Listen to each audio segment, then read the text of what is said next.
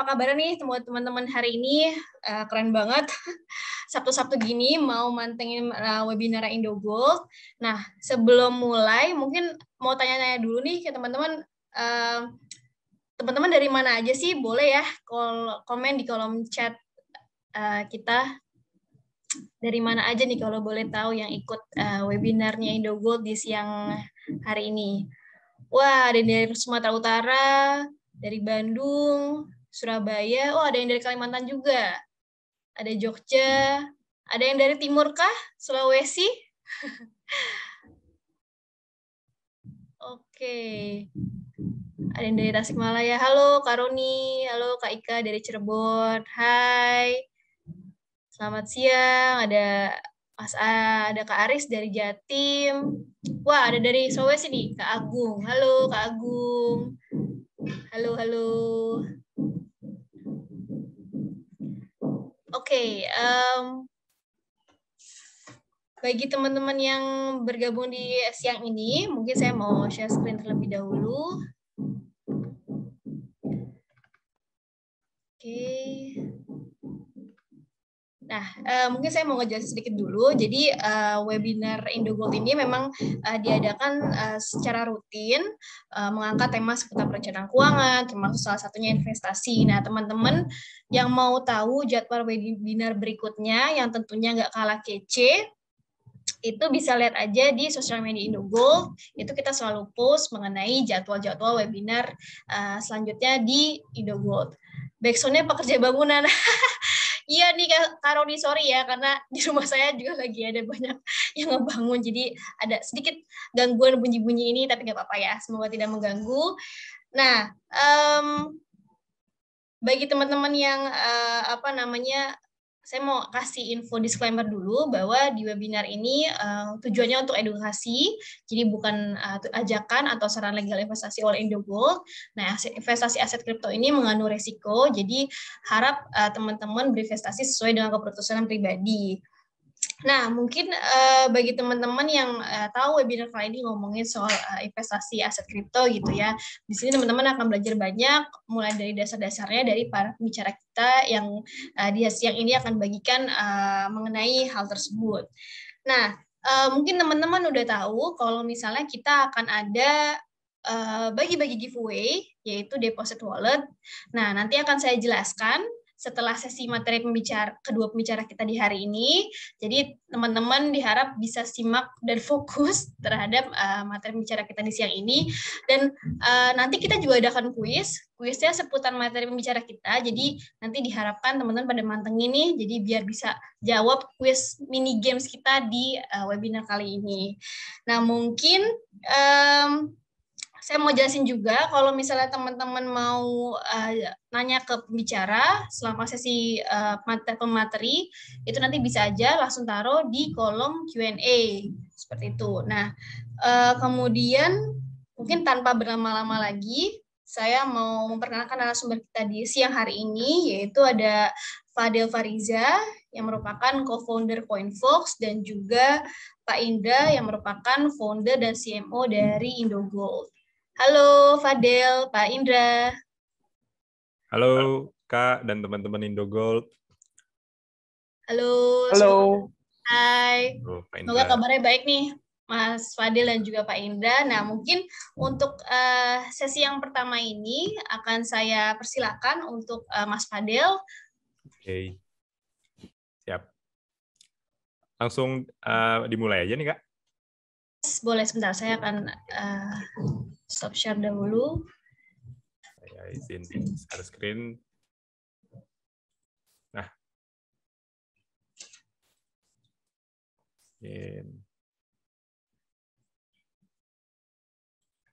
Bentar.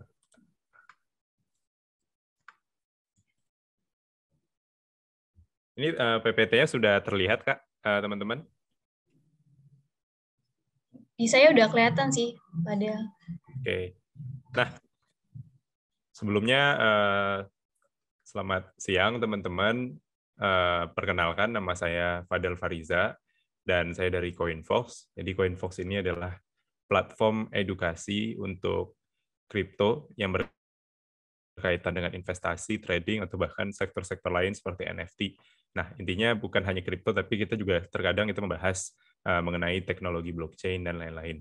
Oh ya, pertama-tama mungkin mengucapkan terima kasih banyak pada Indogold, suatu kebanggaan dan kehormatan tentunya bisa memberikan materi di acara webinar ini, dan terima kasih banget atas kesempatannya buat teman-teman. Nah, mungkin karena waktunya kita tidak banyak, mungkin saya akan langsung masuk ke penjelasannya aja, yang mana topik kita ini adalah mengenai investasi cryptocurrency, mulai cuan dengan belajar dari nol. Jadi memang yang akan kita bahas itu memang dari dasar banget. Jadi semoga bisa teman-teman ilhami dan teman-teman bisa mendapatkan sesuatu dari webinar ini. Nah, kalau berbicara tentang kripto, mungkin paling enak apabila kita melihat sejarahnya ke belakang dulu ya, karena kan kripto ini adalah sesuatu yang baru yang nantinya akan menjadi masa depan kita semua. Nah, tapi apa sih yang melandasi kelahiran suatu kripto itu? Kenapa kripto itu lahir? Tentu saja ini adalah bentuk dari antitesa atas masalah-masalah yang ada sekarang. Nah, karena memang zaman itu pada sejarah, pada praktiknya kan memang dia selalu selalu berkembang, dan selalu tesis-tesis yang ada atau ilmu-ilmu yang ada atau sistem-sistem yang ada lama pasti akan selalu ada suatu hari di masa depan suatu sistem baru yang akan menggantikannya. Maka kita akan berbicara tentang sejarahnya terlebih dahulu.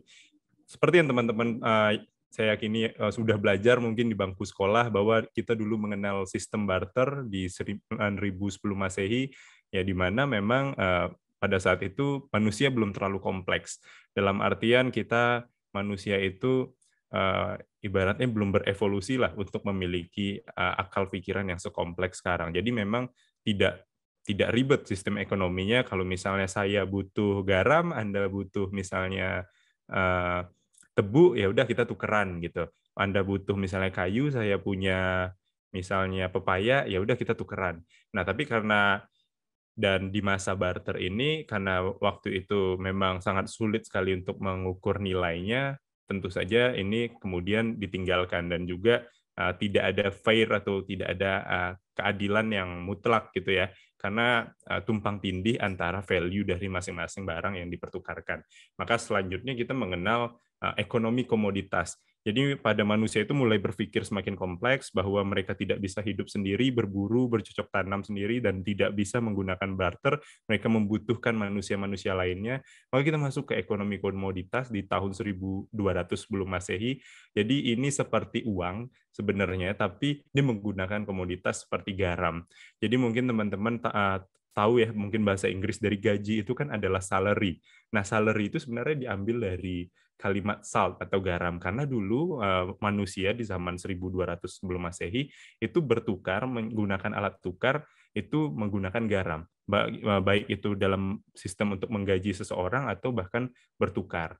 Nah, tapi balik lagi tidak efektif mungkin menggunakan komoditas tertentu, maka muncullah kita dari zaman dahulu kala memang sudah mengenal sebenarnya logam dan emas sebagai alat tukar, misal ya kayak gitu, selain menjadi sebagai aset yang apa.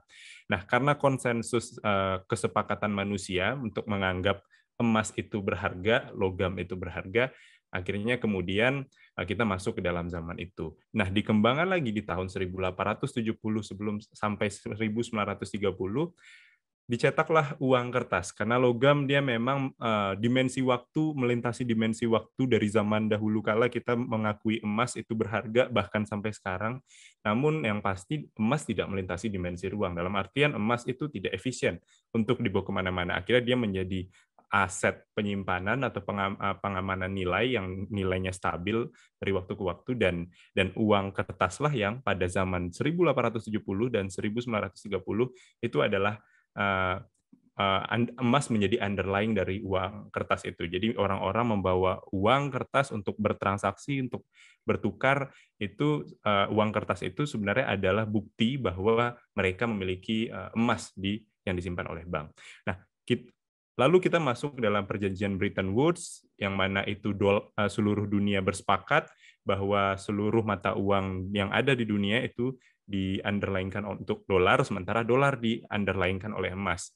Jadi itu semenjak 1945, 1971. Jadi terpusat itu ke dolar, tapi dolar itu di backing itu asetnya oleh emas. Nah, namun di tahun 1980-an yang dimana mungkin semua masalah yang kita rasakan, problematika ekonomi yang sekarang kita rasakan, itu semua dimulai dari ketika perjanjian Bretton Woods ini dibatalkan. Itu di tahun 1970-an ketika Presiden Nixon, Presiden Amerika pada saat itu meng-cancel alat tukar dolar itu di backing oleh emas. Akhirnya semenjak itu mata uang dolar itu benar-benar mengambang bebas dan tidak punya underlying-nya sama sekali dengan supply yang bahkan tidak terbatas. Jadi itu adalah otoritas mutlak yang dimiliki oleh the Fed atau Bank Sentral Amerika, yang mana apakah dia ingin mencetak dolar tentu saja itu disesuaikan dengan kepentingannya sendiri.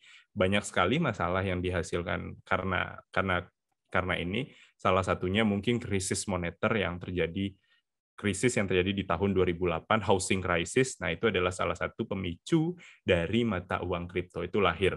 Karena sistem terpusat itu dirasa tidak efektif, dan seperti yang teman-teman tahu, nilai mata uang kertas itu dari tahun ke tahun itu nilainya itu turun. Maka di situ karena antitesa ini, karena manusia dirasa tidak bisa dipercaya, diberikan kepercayaan mutlak atau absolut untuk bagaimana mendistribusikan uang, ataupun kemudian tidak bisa dipercaya untuk memegang kekuasaan penuh seperti itu, maka ya tahun 2008 ada seseorang yang namanya Satoshi, bahkan orang ini itu masih misterius, teman-teman. Jadi orang yang menciptakan Bitcoin pada pertama kalinya, dia masih tidak diketahui identitasnya, entah dia itu adalah sekelompok orang ataupun perorangan gitu ya, yang dimana dia memunculkan Bitcoin di tahun 2008, di tahun 2009 itu memang bertepatan ketika housing crisis ini terjadi, di mana keruntuhan pada saat itu mata uang dolar. Nah, jadi itu dia sejarahnya, latar belakangnya. Intinya kalau kita tarik kata kuncinya adalah karena sistem terpusat atau tidak transparansinya sistem keuangan konvensional yang ada sekarang. Nah, lalu kita akan berbicara tentang kripto, yang nantinya kita akan juga berbicara tentang teknologi lainnya. Jadi apa itu kripto? Secara garis besar kalau saya tarik kesimpulan dari apa itu kripto, mudahnya dia itu dijalankan di atas teknologi blockchain. Nanti saya akan jelaskan blockchain juga. Nah, dia itu terdesentralisasi. Dia itu menggunakan teknologi kriptografi. Jadi kalau teman-teman mungkin pernah dengar, jadi dia tuh jantungnya itu adalah teknologi kriptografi. Makanya dia disebut cryptocurrency karena dia jantungnya teknologi kriptografi. Ya seperti apa ya? Seperti sandi gitulah. Sandi yang sifatnya acak, yang hanya dimiliki oleh orang-orang tertentu dan hanya bisa diakses oleh orang tertentu.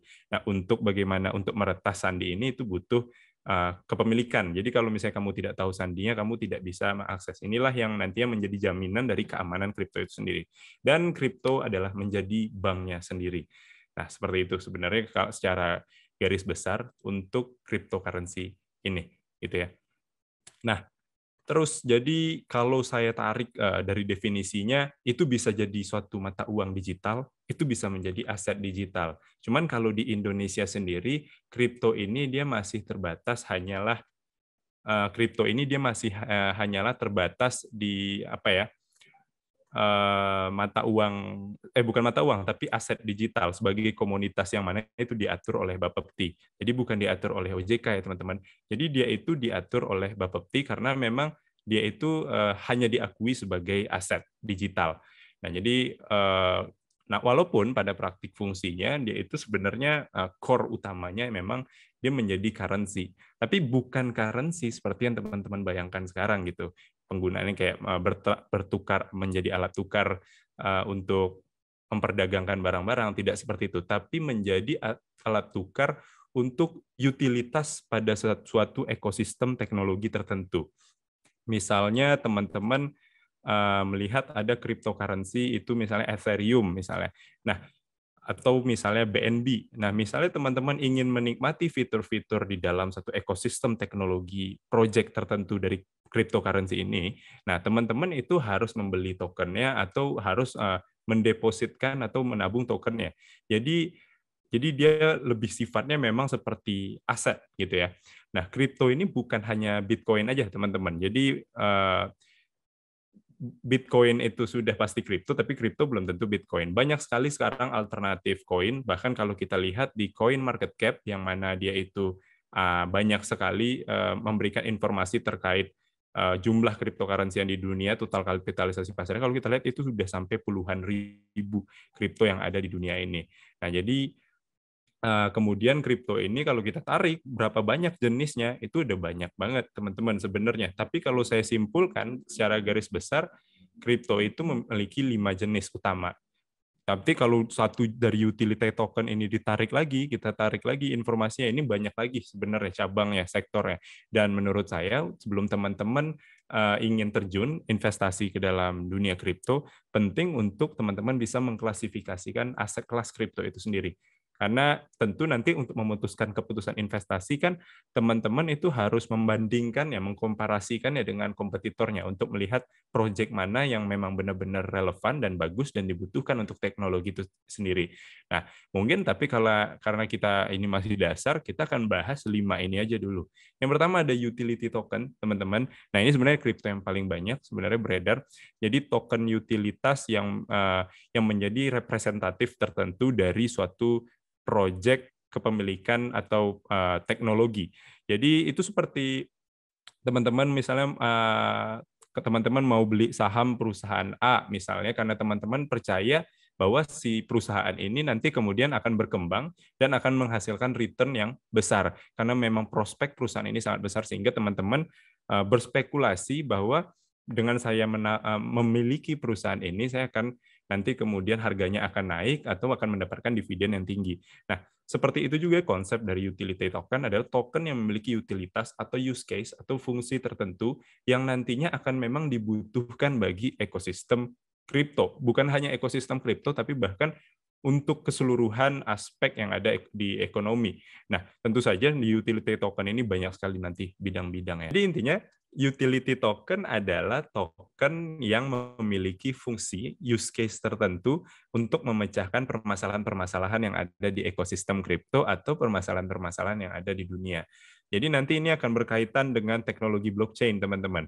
Jadi kripto ini kan memang dijalankan di atas teknologi blockchain. Tapi pada praktiknya blockchain ini tidak hanya berfungsi untuk menjadi sebagai ledger gitu ya, tapi bisa berfungsi bukan hanya berfungsi sebagai buku besar aja, tapi dia bisa berfungsi juga ke banyak aspek lainnya karena sifatnya yang desentral, transparan dan immutable dan tidak bisa dirusak. Nah, yang akhirnya utility token ini kalau saham mungkin perusahaan bisa dinilai dari asetnya, bisa dinilai dari laporan keuangannya, tapi kripto itu tidak ada laporan keuangannya, teman-teman. Jadi berinvestasi pada kripto seperti teman-teman mencari suatu ide dari proyek yang teman-teman yakini di masa depan ide dari proyek ini nantinya akan scaling up, akan berkembang besar, akan dibutuhkan kemudian sehingga orang-orang nanti di masa depan institusi, corporate atau bahkan retail akan membeli aset ini karena memang mereka membutuhkan itu untuk menggunakan teknologinya. Seperti itu, teman-teman. Nah, itulah utility token. Dan mayoritas kripto itu adalah utility token. Dan yang kedua adalah security token. Security token ini seperti aset sekuritas juga seperti saham.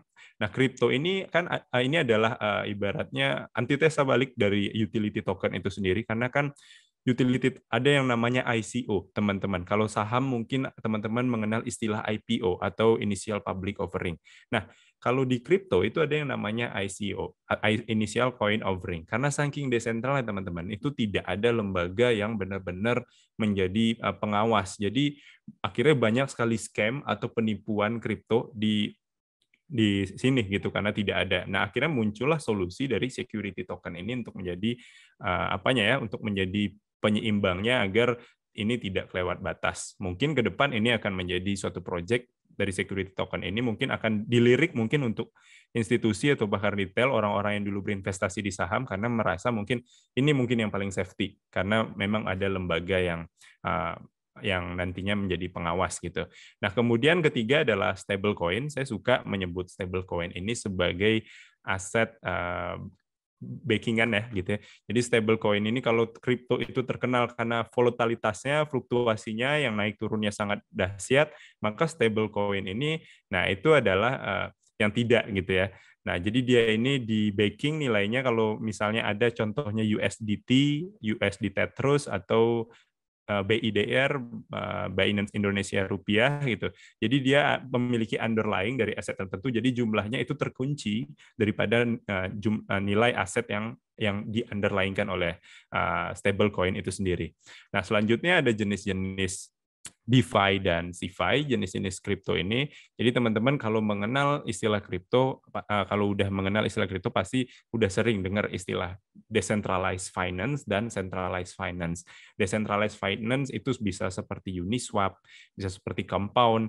Jadi ini yang paling ditakutin oleh bank sebenarnya teman-teman, karena ini nanti akan mendisrupsi penuh daripada bank itu sendiri, yang mana DeFi ini memang menghilangkan middleman, itulah core value daripada DeFi, yang mana middleman ini orang perantara ketiga ini sebelumnya adalah bank. Seperti teman-teman kan kalau misalnya mau bertransaksi atau mengirim uang gitu kepada yang lain, itu kan ada perantara, misalnya itu lewat bank, dan mana nanti bank itu mengungut komisi dari situ. Dan terkadang aset-aset yang orang-orang memiliki jumlah uang sangat besar atau corporate itu kan memiliki masalah apabila dia bertransaksi. Misalnya kalau teman punya duit puluhan M gitu, itu kan sangat sulit. Mungkin prosesnya agak lama kalau misalnya menggunakan bank. Kalau yang kita yang masih kecil-kecil ini mungkin tidak ada masalah, tapi untuk orang-orang yang memiliki jumlah uang yang besar itu prosesnya itu lambat. Nah, inilah kenapa DeFi itu kemudian lahir, karena dia itu transaksinya peer-to-peer, itu langsung ke orang tanpa middleman itu sendiri. Dan dia itu dibangun di atas smart contract. Nah, selanjutnya itu ada centralized finance. Nah, centralized finance ini itu bisa seperti exchange, mungkin Indogold kalau misalnya mau melisting kripto di platform Indogold, maka Indogold mungkin akan menjadi CeFi gitu, atau bisa banyak juga nanti market exchange yang lain. Nah, yang mana ini menjadi middleman juga, tapi karena DeFi dirasa masih banyak kekurangan, maka muncullah CeFi. Memang inilah yang mengadopsi maksudnya yang tengahnya lah gitu, dibanding DeFi yang terlalu desentral, CeFi ini yang lebih ke tengahnya seperti itu. Lalu kita baru mengenal mungkin di tahun-tahun ini NFT, yang mana ini adalah jenis aset yang bisa kita dibilang menjadi seperti royalti ya. Teman-teman misalnya punya gambar tapi royalti dalam bentuk pemilikan digital. Jadi apabila teman-teman ingin misalnya memiliki suatu aset NFT tertentu, maka nanti ketika teman-teman membeli NFT itu, teman-teman bisa mengklaim bahwa ini adalah milik saya. Kenapa harga NFT kemarin-kemarin itu terbang, padahal cuma kayak gambar doang, tapi kok harganya miliaran bahkan puluhan M? Karena balik lagi, ada gengsi di situ, ada nilai gengsi di situ untuk memiliki NFT ini, dan ada suatu spekulasi besar di masa depan bahwa aset-aset NFT ini kemudian akan menjadi sejarah dunia yang nilainya itu akan sangat besar, seperti lukisan Mona Lisa yang dihargai, saya nggak tahu harganya berapa, tapi yang pasti sangat mahal, saking mahalnya itu dijaga oleh banyak penjaga gitu, dan disimpan di pengamanan yang luar biasa gitu. Nah, begitu pula NFT. Nah, sekarang karena memang kita era di mana transisi, di era di mana sejarah awal itu dimulai, itulah kenapa orang berlomba-lomba untuk membeli NFT yang unik seperti itu, teman-teman.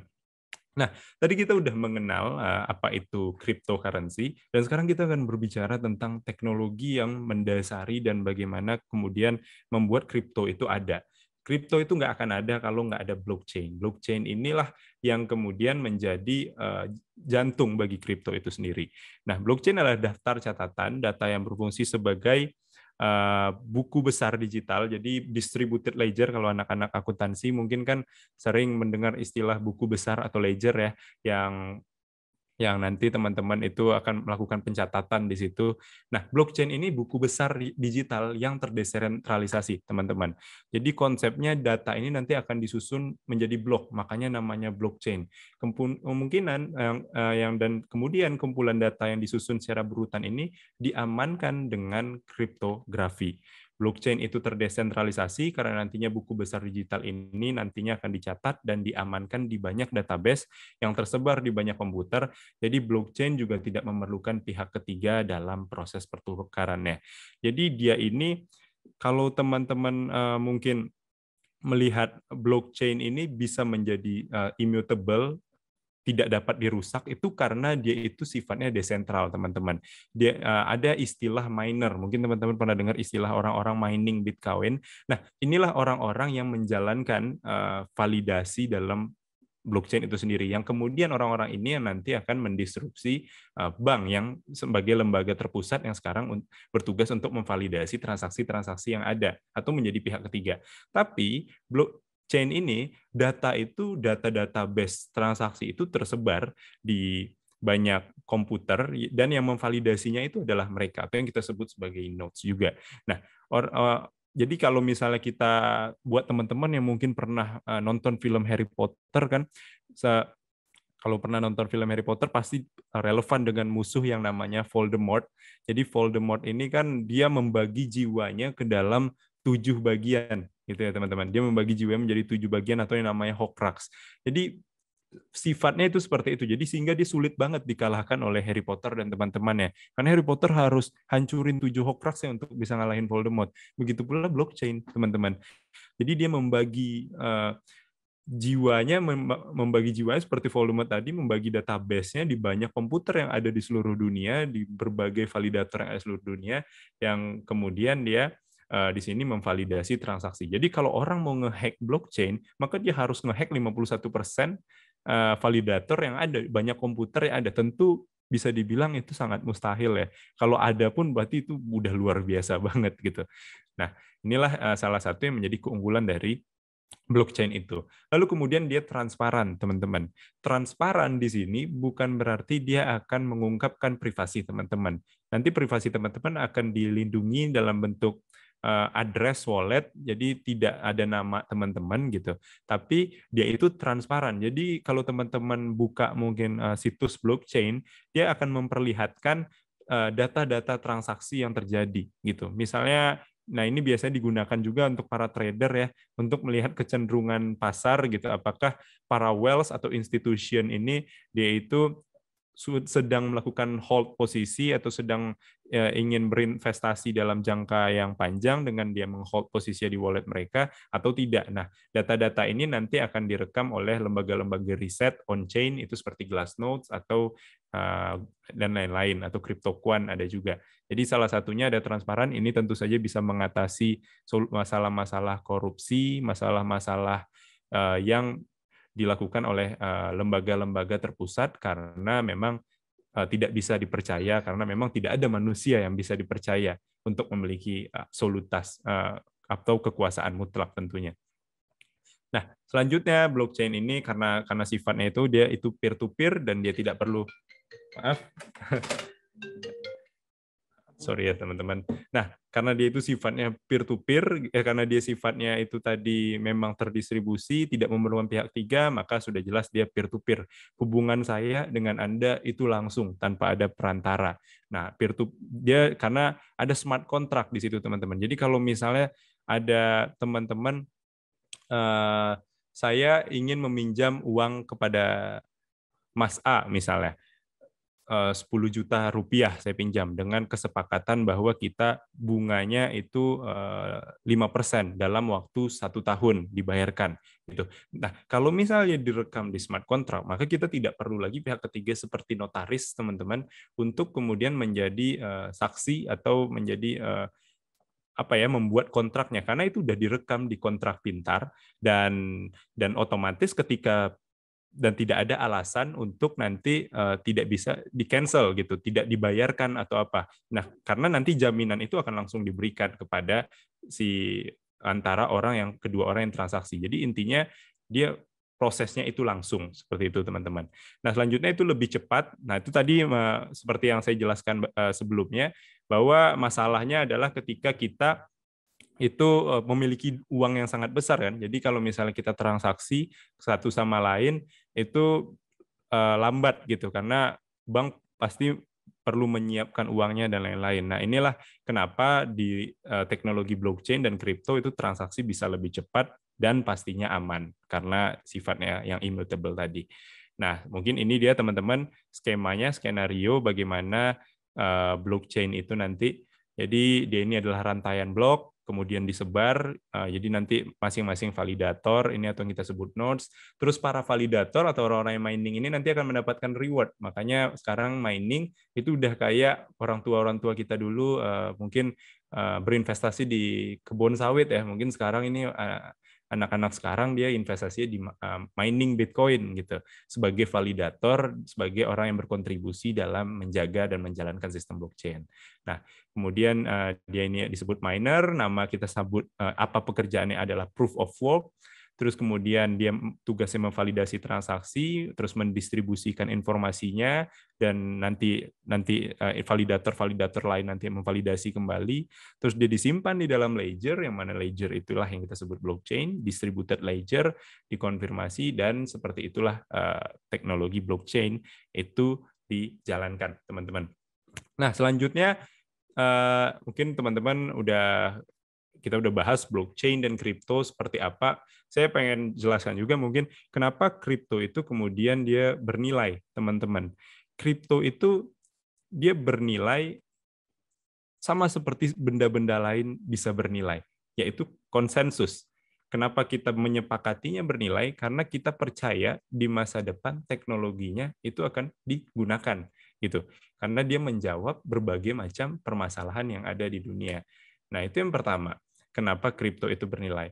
Dan yang kedua, kenapa kripto itu bernilai? Karena ini kripto adalah menurut saya satu-satunya aset yang dia itu melintasi dimensi ruang dan waktu. Mungkin kalau teman-teman melihat emas itu dia memang melintasi dimensi waktu. Dari masa ke masa, emas sampai sekarang kita tidak perlu meragukan lagi bagaimana emas ini tetap diakui sebagai aset kelas atau penyimpanan nilai. Namun, emas itu tidak efisien dan tidak melintasi dimensi ruang karena sifatnya yang susah untuk dibawa kemana-mana. Maka kita selanjutnya mengenal aset yang namanya mata uang kertas. Mata uang kertas dia tidak melintasi dimensi waktu. Dia dulu tidak diakui dan sekarang nilainya terdepresiasi terus-menerus. Dan mata uang kertas itu tidak terbatas sifatnya, tapi dia efisien. Sementara kripto dia melintasi kedua dimensi ini. Dia sifatnya terbatas, dia memiliki suatu use case atau teknologi di baliknya, dan tentu saja dengan sifatnya yang digital tentu dia bisa jadi lebih efektif dan efisien.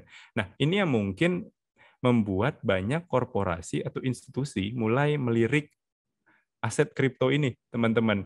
Karena kalau teman-teman ingin berinvestasi tentu kan enak untuk melihat apakah orang-orang yang memiliki dana besar itu mempunyai ketertarikan yang sama terhadap aset kelas ini, terhadap aset kripto ini. Mereka, kenapa institution atau korporasi itu mau menginvestasikan uangnya di kripto, itu karena kripto itu adalah aset yang tidak berkorelasi dengan aset lainnya, itu seperti dolar dan lain-lain. Jadi untuk kayak semacam diversifikasi dari mereka, kan diversifikasi kan lebih baik ke aset yang tidak berkorelasi. Nah, jadi jaga-jaga aja kalau misalnya ternyata dolar itu nanti memang tidak digunakan lagi seperti kata Elon Musk, mata uang kertas akan hilang, mungkin dolar juga akan menjadi menggunakan teknologi blockchain nanti ya. Kita jadi untuk ibaratnya penjaga-jaga dari institusi itu, mereka mendiversifikasi asetnya tentu yang tidak berkorelasi. Kalau di properti, kalau di yang lain-lain, itu kan kalau misalnya dolar jatuh itu kan akan berimbas pada banyak komoditi gitu kan. Maka mereka untuk mendiversifikasi itu tentu mencari yang tidak berkorelasi, dan salah satunya adalah kripto itu sendiri. Nah, perlu teman-teman tahu, kripto itu adalah aset yang sangat berisiko tinggi. Saya sepakat karena ini adalah sesuatu yang baru, dan yang apapun hal yang baru itu pasti dia memiliki risiko yang tinggi. Walaupun kita percaya di masa depan itu nilainya akan naik dalam sangat signifikan karena adopsi yang semakin diadopsi oleh korporasi ataupun institusi besar gitu. Nah, tapi kita harus pintar-pintar bagaimana strategi investasi itu sendiri untuk tidak untuk bagaimana kita bisa membagi portofolio kita dengan baik tentunya. Bukan hanya membagi portofolio di kripto, teman-teman, tapi juga bisa mendiversifikasi portofolio kita ke aset-aset kelas lain seperti emas, seperti saham, dan lain-lain. Kalau saya pribadi, melihat kripto ini memang masih sangat berisiko, tentu teman-teman bisa dengan bijak untuk mengeluarkan uangnya, terutama untuk mengalokasikan di kripto yang mana. Nah, inilah yang ingin saya sampaikan kepada teman-teman, tips untuk membangun portofolio untuk pemula, untuk kripto. Jadi yang pertama tentu yang paling besar aset yang nanti harus teman-teman investasikan itu adalah ke Bitcoin. Nah, karena Bitcoin ini dia adalah inisiatornya, dia adalah pelopor, dia adalah gerbang orang untuk mengenal kripto itu adalah Bitcoin, yang dimana kalau kita lihat memang institusi dan hedge fund di luar negeri itu paling besar mengalokasikan uang mereka di Bitcoin sebelum nanti kemudian didistribusikan di kripto lainnya. Dan Bitcoin, kalau misalnya harga kripto jatuh, Bitcoin tidak akan terdepresiasi dengan sangat cukup parah gitu. Nah, mungkin hanya berapa persen gitu. Kalau misalnya ada yang namanya Bitcoin, ada yang namanya alternatif koin, teman-teman. Kalau Bitcoinnya Bitcoin, kalau alternatif koin semua koin selain Bitcoin. Altcoin ini umumnya akan harganya juga dipengaruhi dari naik turunnya Bitcoin, teman-teman. Kalau Bitcoin naik, maka dia akan naik lebih tinggi kalau misalnya alt season. Tapi kalau Bitcoin turun, nah altcoin tentu saja akan suffer atau terdepresiasi lebih banyak lagi. Makanya itu masuk altcoin itu masuk ke berisiko tinggi. Nah, bagaimana mengalokasikannya? Menurut saya untuk teman-teman yang pemula yang masih belum mengetahui bagaimana menilai suatu aset kripto yang bagus, yang benar-benar akan bagus secara fundamental, memang lebih aman teman-teman berinvestasi di Bitcoin terlebih dahulu. Lalu kemudian sektor selanjutnya harus teman-teman lirik adalah smart contract. Itu bisa seperti Ethereum, bisa seperti Polkadot atau Cardano, yang mana saya sendiri mungkin menurut saya yang menurut saya itu 40% dari portofolio itu haruslah diisi dari smart contract, karena smart contract ini yaitu use case-nya yang mungkin akan paling berdampak dalam akan scaling up di dalam ekosistem kripto ya, karena memang nanti akan banyak sekali project-project kripto yang akan membutuhkan smart contract ini atau kripto platform ini, seperti yang memiliki jaringan blockchain sendiri seperti Ethereum, Cardano atau Polkadot, yang mana tentu mereka sekarang sedang bersaing untuk menjadi ibaratnya market leader lah dari smart contract itu sendiri, walaupun sekarang Ethereum itu yang masih memegang kendali atau masih paling diadopsi massal oleh ekosistem kripto. Jadi saran saya mungkin setelah 40% Bitcoin, 40%-nya lagi mungkin 30% dialokasikan di Ethereum karena dia itu ibaratnya inisiator dan pelopor, dan saat ini 80% mayoritas project kripto itu menggunakan jaringan blockchain-nya Ethereum. Nah, dan sisanya 10%-nya dari 40% smart contract ini mungkin bisa ke pesaing-pesaingnya seperti Polkadot, seperti Cardano. Nah, itu pintar-pintarnya kita bagaimana bisa mendiversifikasi aset kita. Selanjutnya middle cap 15%-nya itu mungkin di range 1 sampai 100. Kalau teman-teman mungkin ingin lihat, bisa singgah ke coinmarketcap.com. Itu adalah total kapitalisasi pasar dari banyak aset kripto. Nah, ini teman-teman bisa mengalokasikan 15% asetnya mungkin di sini. Nah, jadi tidak boleh 100% all in di satu aset tertentu, karena kalau tidak ada yang tahu masa depan, itu yang pasti teman-teman. Jadi jangan mudah mendengarkan kata-kata influencer atau media-media yang ngepom-pom, beli ini, beli itu, sayangi uang teman-teman. Yang penting dari investasi adalah bukan untuk bagaimana kita bisa menjadi kaya dengan sangat cepat, teman-teman. Untuk bisa sustainable, kita bisa menghasilkan dari berinvestasi tentunya adalah dengan kita bisa mendistribusikan aset kita, uang kita, pada risiko yang tepat. Kalau misalnya memang benar prinsip high risk, high return, maka yang high risk tentu saja ya teman-teman cukup mengalokasikan dengan jumlah yang rendah aja, misalnya 5% di small cap. Nah, kripto small cap ini adalah yang di urutan 100 ke atas, teman-teman. Yang bisa dibilang proyeknya itu belum dikenal oleh orang-orang, tapi kalau misalnya teman-teman ini mungkin wilayah-wilayah di mana orang-orang atau mungkin mentor-mentor, teacher-teacher, orang-orang yang udah lama di kripto yang mungkin bisa menilai valuasi dari kripto-kripto atau proyek-proyek kripto yang masih small cap ini. Tapi walaupun punya ide apapun, white paper sebagus apapun, tetap didistribusikanlah aset teman-teman untuk ini, alokasikanlah 5% aja sedikit ya. Karena kalau misalnya ini memang benar-benar jadi naga tuh istilahnya, atau misalnya benar-benar kemudian ini nilainya bertumbuh gitu, di use case-nya benar-benar digunakan, aset-aset small cap ini bisa naik benar-benar puluhan ribu persen atau bahkan ribuan persen, bahkan puluhan ribu persen, teman-teman. Jadi cukup taruh rendah aja. Saya yakin yang kecil itu nanti akan benar-benar jadi besar. Nah, walaupun Bitcoin tidak bisa memiliki kenaikan sebesar small cap, tapi Bitcoin itu bisa lebih aman. Nah, small cap ini walaupun bagus project-nya, use case-nya, white paper-nya, dan lain-lain, itu belum ada yang bisa menjamin dan belum tentu dia akan benar-benar naik dalam jumlah yang sangat tinggi gitu. Atau mungkin kita sebut ini koin micin lah kalau anak-anak kripto bilangnya. Ini sangat beresiko. Jadi pinter-pinter bagaimana teman-teman bisa mendistribusikan aset teman-teman kepada risikonya ya, teman-teman. Nah, selanjutnya itu adalah ini dia ada Messari. Ini mungkin teman-teman bisa menggunakan lembaga riset ini untuk melihat mungkin informasi-informasi terkait dunia kripto. Kalau kita lihat most heavily invest kategori dari beberapa hedge fund gitu ya di beberapa market sektor kripto, itu paling besar kita lihat di smart contract. Inilah kenapa saya merekomendasikan kepada teman-teman untuk menginvestasikan di sektor smart contract ini dengan jumlah yang porsinya mungkin sama dengan Bitcoin, karena memang kalau kita lihat hedge fund atau gaya berinvestasi daripada orang-orang yang memiliki dana besar itu mayoritas 32%-nya itu di smart contract gitu, teman-teman. Nah, terus ada 4% di lending, derivatif, terus di decentralized exchange, ini adalah ibaratnya yang lain daripada centralized exchange, seperti market exchange yang selama ini kita lihat untuk bertukar untuk kita membeli aset kripto. Nah, decentralized exchange ini adalah versi yang lainnya gitu, yang tidak dimiliki oleh korporasi tertentu kayak gitu. Nah, itu dia teman-teman. Nah, selanjutnya mungkin berbicara tentang tips investasi untuk pemula. Bagi saya investasi itu seperti menabung, teman-teman.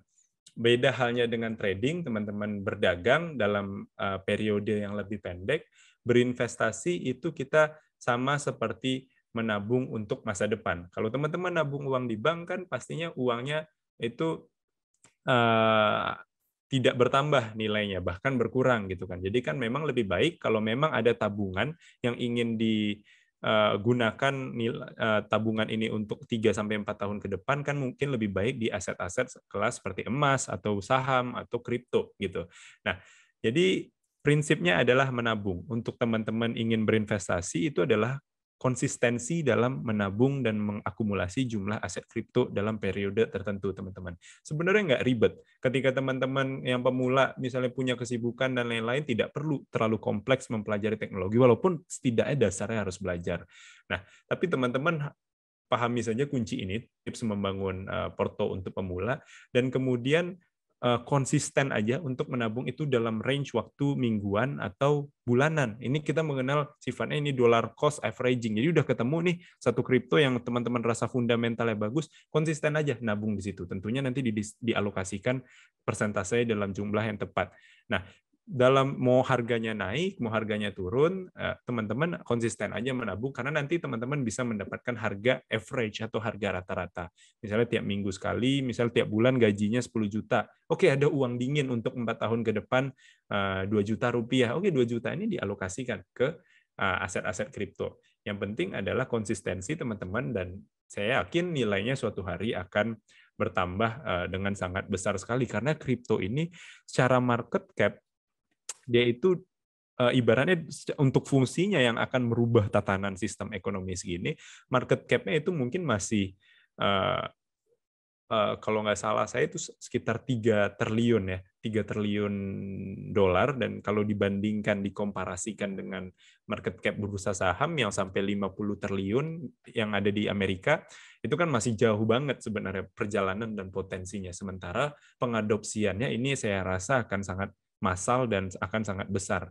Apalagi ketika memang regulasinya atau pemerintah mulai mendukung, dan kemudian pemerintah mulai mendukung dan institusi corporate sudah memiliki payung hukum untuk berinvestasi di kripto. Saya yakin ini akan jumlah naiknya lebih tinggi lagi, itu bisa lebih berkali-kali lipat lagi daripada sekarang. Nah, begitu teman-teman. Nah, jadi sekarang kan lagi naik nih harganya. Mungkin masukinnya kalau misalnya harganya makin naik, ya teman-teman berinvestasinya dikit-dikit aja dulu. Nanti kalau udah turun, udah anjlok, udah benar-benar turun dengan dahsyat, di saat itulah teman-teman membeli dalam jumlah yang besar. Jadi jangan kebalik. Saat naik, teman-teman belinya itu banyak, saat turun takut membeli. Nah, itu sudah menjadi satu kesalahan bagi investor pemula. Nah, selanjutnya untuk menganalisa fundamental untuk aset kripto ini, teman-teman lihat, ini teman-teman bisa melihat use case dari aset kripto tersebut, terus teman-teman bisa mengklasifikasikan sektor dari aset kripto tersebut, kayak yang tadi sempat dijelaskan. Nah, setelah diklasifikasikan, analisa kompetitornya. Misalnya dia si kompetitor A, dia punya fitur A, B, C, tapi harganya sekian. Nah, gitu kan. Terus si kompetitor B, dia itu punya A, B, C sampai D. A, B, C sampai A ini tapi lebih murah, belum dikenal. Nah, itu bisa teman-teman jadikan alasan untuk berinvestasi. Nah, tentunya untuk bagaimana teman-teman bisa menganalisa fundamental kripto, itu pasti mutlak itu teman-teman harus memiliki pengetahuan dasar terkait teknologi kripto itu dijalankan, guys. Nah, seperti itu.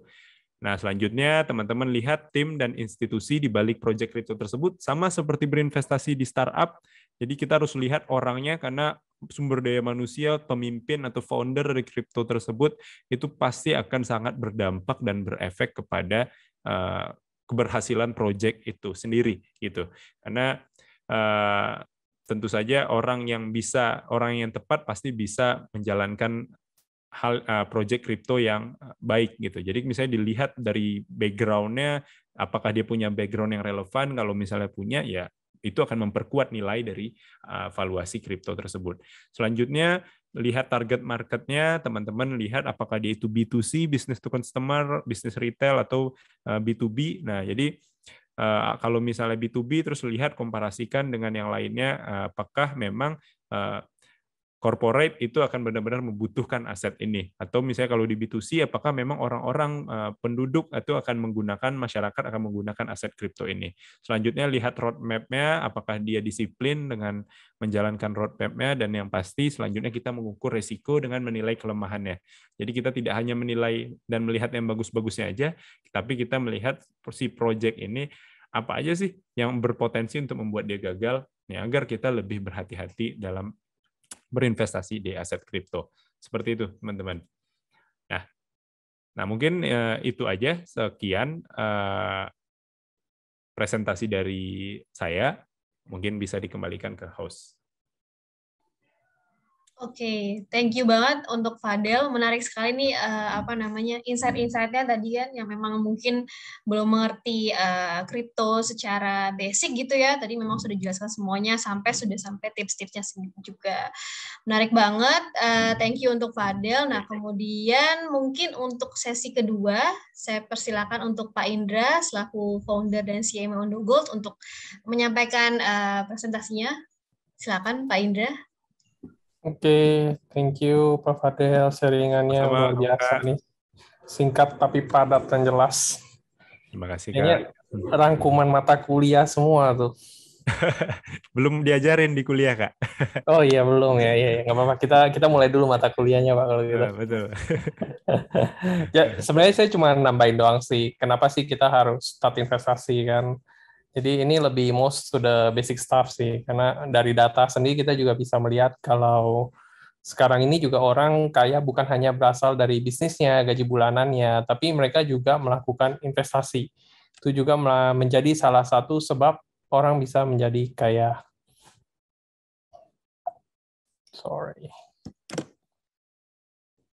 Dan alasan lainnya tentu kenapa sih kita mesti investasi ya, karena kita juga ingin melawan inflasi.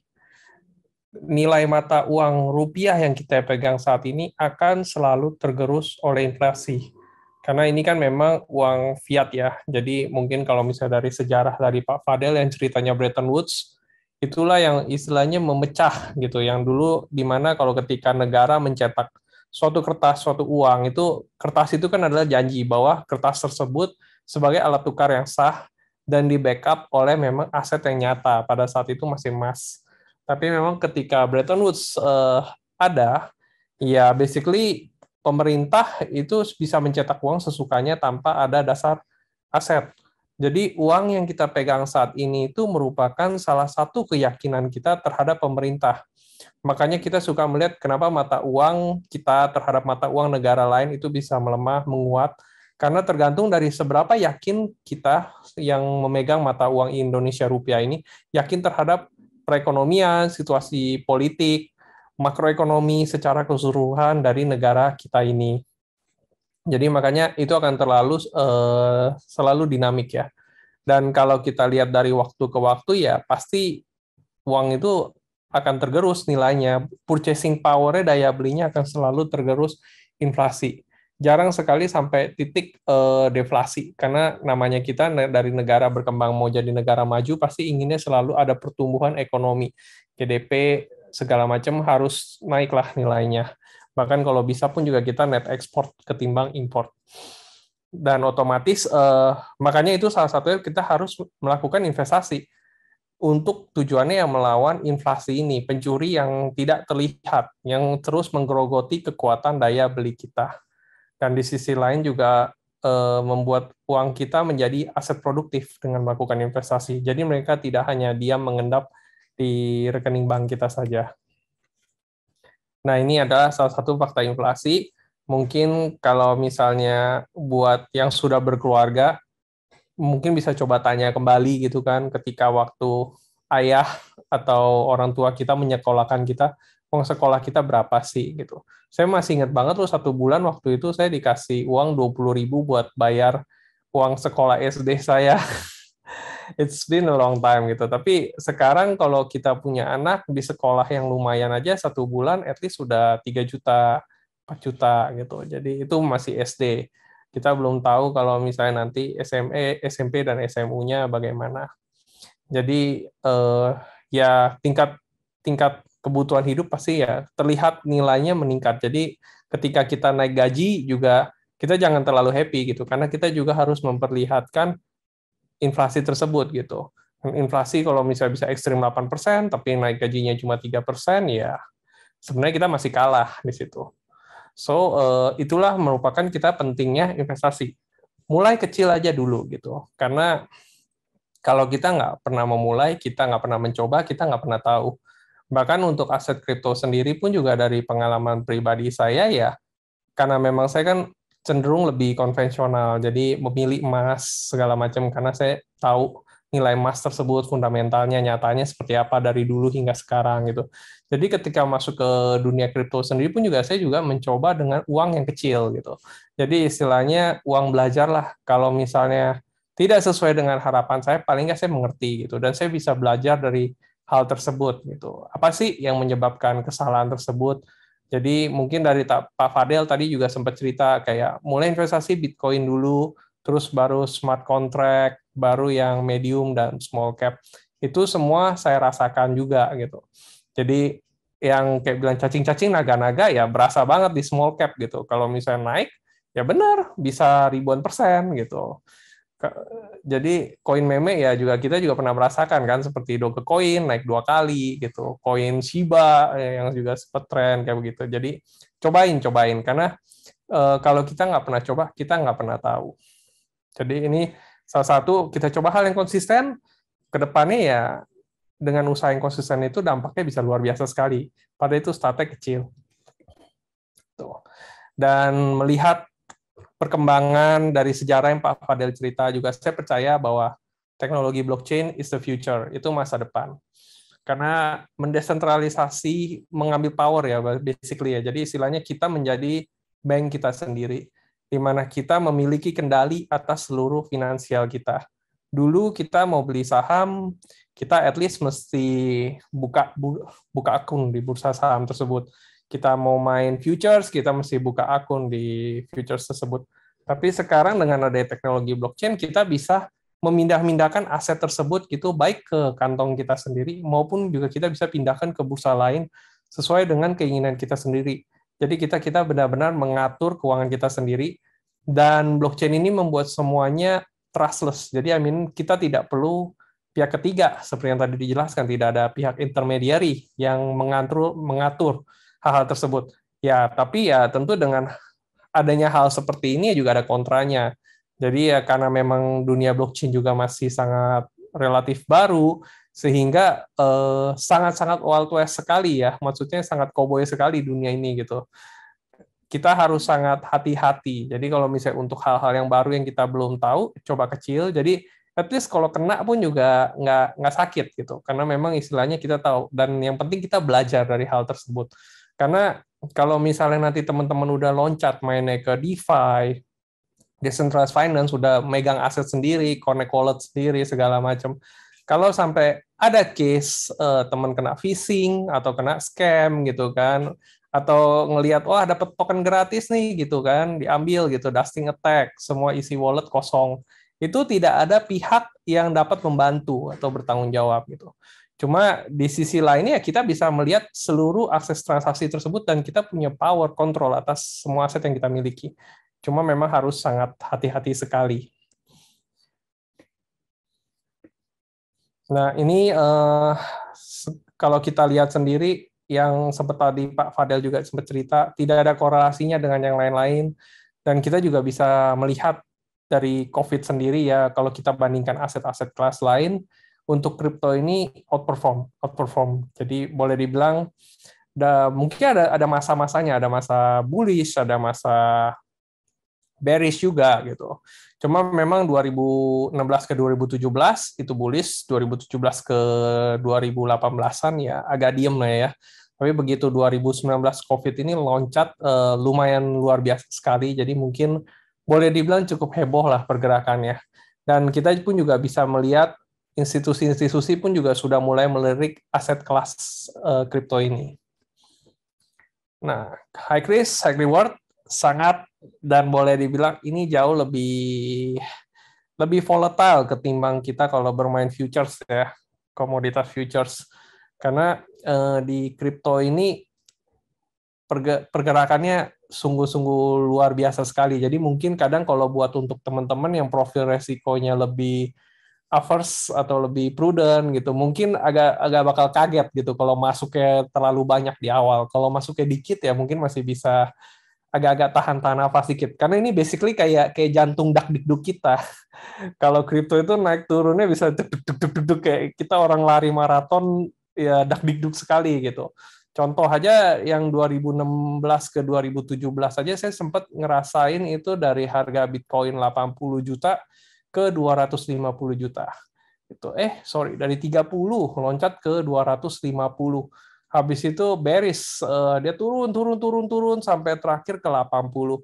Jadi kalau 250 juta ke 80 juta, belinya pas lagi di 200 juta ke atas. Ya buat orang yang biasanya prudent pasti hal itu bisa bikin serem sekali gitu. Jadi kita bahkan itu boleh dibilang kripto nomor 1 ayahnya gitu. Jadi turunnya drop hampir 80%. 2020 I think we go down almost 50%. Ya boleh dibilang sih udah lebih mending sih, turun terendahnya nggak sampai 80% lagi sih yang 2020-2021 ini gitu. But still gitu, itu kan salah satu penurunan yang mungkin nggak semua orang siap. Jadi itu makanya saya selalu saranin teman-teman start small. Kalaupun juga udah belajar dari setiap kita punya proses, once kita sudah ngerti sebenarnya kita beli apa sih, bukan beli kucing dalam karung kan, baru nanti kita mulai menambah alokasi portfolio kita. Dan saya lebih menyarankan biasa pegang jangka panjang sih, karena kalau kita ngelihat jangka panjangnya pun juga kenaikan dari harga dari Bitcoin yang mungkin teman saya waktu zaman kuliah 10.000 bisa dapat berapa ribu Bitcoin gitu kan. Sekarang kalau dipikir-pikir kalau bisa balik ke masa dulu kembali sih enak banget, tapi kan ya kita nggak pernah tahu hal-hal seperti itu gitu. Cuman dari 2009 sampai 2021 ini ya kalau namanya scam pasti ya udah bubar ya. But this is not a scam gitu, not a Ponzi or the money game. Ya saya juga sempat bahas tadi ya apa bull versus bear market. Ya kalau boleh dibilang sih sekarang sih masih bull kali ya. Mungkin Pak Fadil lebih ngerti buat ngelihat pasar ya. Jadi summary-nya jangan percaya seperti Pak Fadel tadi bilang, tukang pom-pom, influencer, kayak begitu. Selalu lakukan research kita, karena kalau misalnya kita lakukan research, kita ngerti sebenarnya kita belinya apa sih token utilitas ini, kenapa ini bakal jadi masa depan ke depannya gitu kan, dengan market cap sekarang, dengan income protokolnya, maksudnya income dari sistemnya mereka sendiri itu make sense nggak sih, dan kita bisa pelajari semua itu, asal kita mau cari saja informasinya sendiri. Jadi kalau misalnya kita sudah yakin dengan proyek yang kita beli, kenaikan naik atau turun itu sudah nggak terlalu berpengaruh sama kita. Karena at least kita ngelihatnya udah jangka panjang. Jadi waktu adalah teman kita. Nggak dakdikduk lagi. Karena kalau misalnya kita belinya karena hasil referensi A, bisikan si B, nah itu dakdikduk tuh. Turun sendiri kita juga bingung sendiri gitu. Biasanya panik tuh, kayak begitu. Nggak yakin lah, istilahnya kita nggak bakal pegang koin itu gitu. Karena kalau misalnya udah turun, udah sampai ngehajar sampai turun 70% itu aja kita udah mulai geleng-geleng tuh. Kecuali ya duitnya dikit. Kalau duitnya banyak sih ya lumayan. Nah, terus pakai juga uang dingin seperti yang tadi bilang ya. Mungkin kayak tap rusak ya, kita ngulang-ulang lagi ya. Jadi jangan sampai ngeganggu kita punya kebutuhan hari-hari, jangan sampai ngutang, karena saya juga ngelihat beberapa individu yang terlalu yakin dan bullish banget dengan market kripto, mereka sampai berani menjanjikan imbal hasil ke teman-temannya, ke saudara-saudaranya, which is yang terakhir ya habis, karena ya nggak tahu market kan bukan mereka yang kontrol ya, itu di luar kendali gitu, tapi mereka memberikan janji yang seolah-olah dalam kontrol mereka. Jadi selalu bertanggung jawablah dengan uang yang kita miliki gitu. Untuk pemula, modalnya kecil. Kalau kata Pak Robert Tahir, katanya Satoshi cost averaging. Jadi ya beli terus Bitcoin-nya atau beli terus smart contract-nya. Jadi mulai simpan terus, tambahin bertahap gitu. Jadi di kripto itu kalau ngelihat untung kayak misalnya 30%, 40% itu hal yang gimana ya, kayaknya biasa ya di sini ya, karena memang CAGR-nya agak-agak besar di sini di bidang medium investasi kripto ini.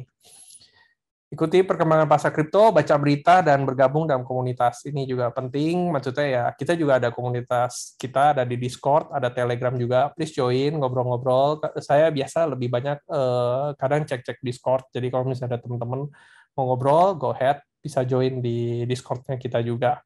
Dan kenapa Discord dan Telegram? Karena most of the people ya menggunakan medium tersebut gitu.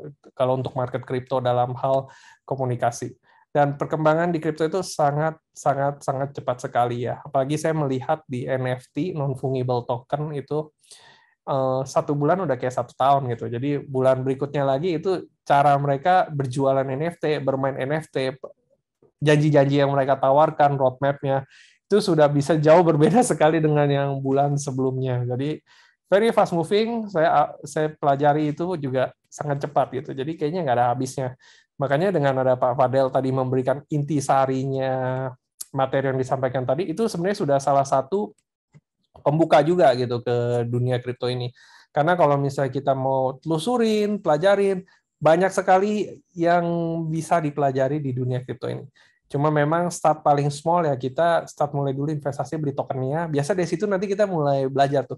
Sebenarnya saya beli apa sih gitu kan, mulai cari tahu apa sih yang saya beli kayak gitu segala macam. So ya. Yeah.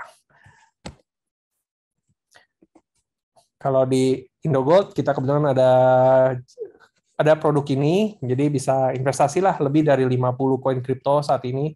Most of it sih yang kita kasih yang memang yang liquidity and market cap-nya cukup besar ya. Jadi boleh dibilang aman. Karena saya pun juga ada pengalaman beli tokennya dari DeFi, which is saya tidak memperhatikan likuiditas. Jadi setelah beli, saya tidak dapat menjual token tersebut. Karena ya nggak ada likuiditasnya. Daily trading volume-nya aja hanya di bawah $5.000. Padahal saya beli saat itu around $2.000, which is dari market volume transaction harian aja saya juga udah almost 50% kan. Jadi ketika saya mau jual kembali sendiri, ya nggak bisa di-swap. Tidak bisa ditukar koin tersebut, nggak liquid. Jadi di kita ada 50 koin kripto, liquid, everything, deposit rupiah juga kita aman, penarikan instan ke bank wallet, Ya, saya rasa teman-teman pun juga yang kalau mulai bermain kripto pasti juga sudah tahulah hal seperti ini gitu kan. Ini step by step-nya. Jadi memang pilih tokennya, masukin jumlah pembeliannya, nanti kita akan kirimkan kode verifikasi via email. Kita juga minta PIN, ya komplit. Ya, paling terima kasih ya sekali lagi sebagai penutup. Ini bukan ajakan, kita hanya edukasi saja. Kalau ada pertanyaan, monggo please. Setelah acara pun juga kalau ada teman-teman yang nonton video YouTube, ada yang mau bertanya juga, please join juga Discord kita. Nanti saya juga akan minta tolong Bu Eva ya untuk menambahkan di caption buat link Discord kita yang nggak bakal expired buat teman-teman kalau mau join. Thank you very much. Thank you Pak Indra atas insight-nya juga yang menarik juga nih. Semoga teman-teman di sini akhirnya pada mau ikutan nih investasi aset kripto di Indogold. Karena sekarang Indogold tidak hanya bisa investasi emas saja, bisa juga investasi aset kripto. Nah, oke, pertanyaan di sini udah mulai banyak nih, tapi mungkin sebelum saya jawab satu persatu dan mungkin juga akan dipilihkan, saya mau share screen terlebih dahulu mengenai info giveaway. Oke.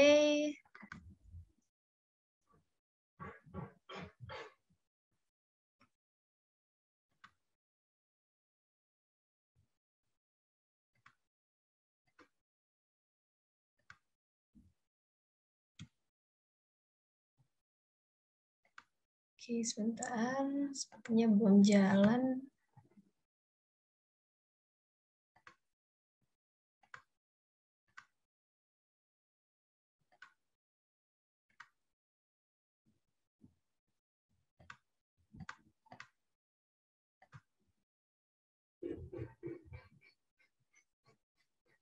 Oke, ada sedikit trouble.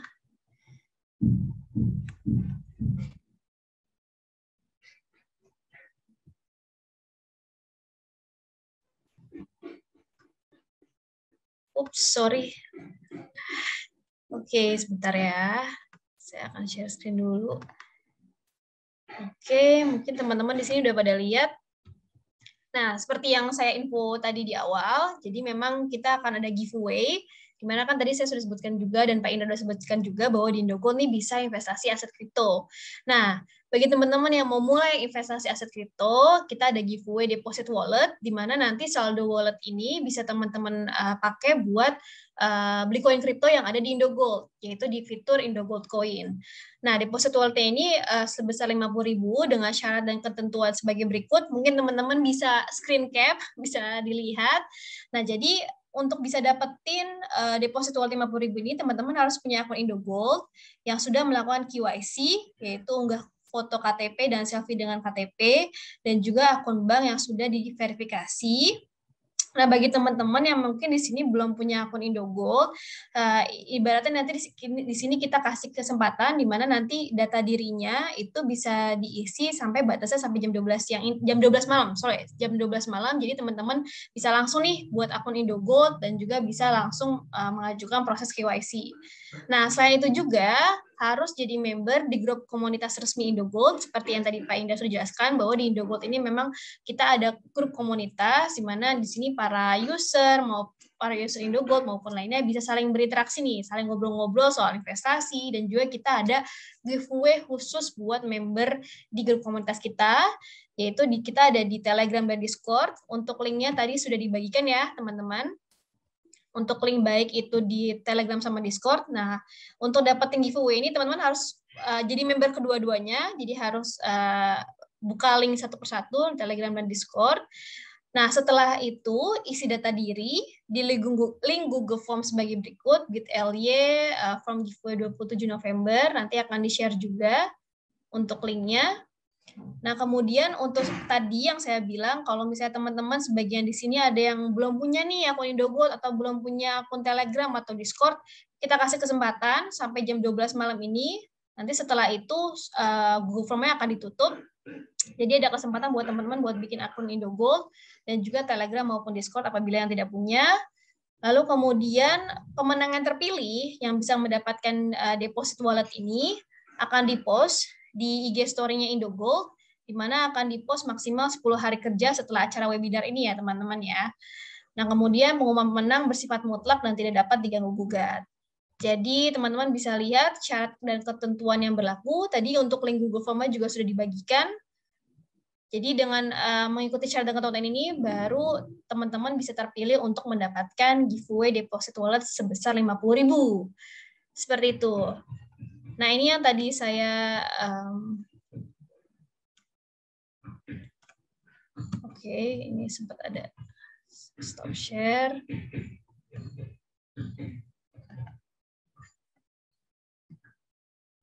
Nah, ini yang tadi saya sudah jelaskan sebelumnya dan Pak Indra sebutkan sebelumnya. Jadi Indogold Invest Club ini program resmi komunitas yang ada di Indogold. Kita teman-teman bisa ngobrol apapun soal investasi dan juga banyak giveaway khusus untuk member di Telegram maupun Discord. Jadi langsung aja join karena bakal ada hal seru dan juga tentunya giveaway yang menarik dari Indogold. Oke, itu aja untuk giveaway-nya. Untuk syarat dan ketentuan yang teman-teman bisa lihat. Nah, kemudian kita akan jawab nih pertanyaan satu persatu dari para peserta yang sudah mengajukan. Saya akan pilih beberapa di Q&A. Oke, ini ada pertanyaan nih, Fadel dari Budi. Bagaimana pendapat Fadel mengenai isu yang menyatakan bahwa kripto itu lebih berbahaya dan resikonya lebih tinggi dibandingkan dengan saham? Lalu kemudian pertanyaan yang kedua adalah apa bedanya kripto dengan saham? Kalau saham itu kan memang udah ada perusahaannya, sedangkan kripto apakah ada perusahaan fisiknya?